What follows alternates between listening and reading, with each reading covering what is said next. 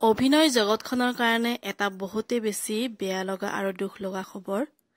আপোনালোক সকলোৱে জানে হয়তো জয়ন্ত দাস কিছুদিনৰ পৰা এপল' হস্পিটেলত চিকিৎসাধীন হৈ আছিল আৰু জানিব পৰা মতে তেওঁ যকৃতৰ ৰোগত আক্ৰান্ত হৈছিল, যাৰ ফলত তেওঁ হঠাতে অসুস্থ হৈছিল আৰু তেওঁ এপল' হস্পিটেলত ভৰ্তি কৰা হৈছিল।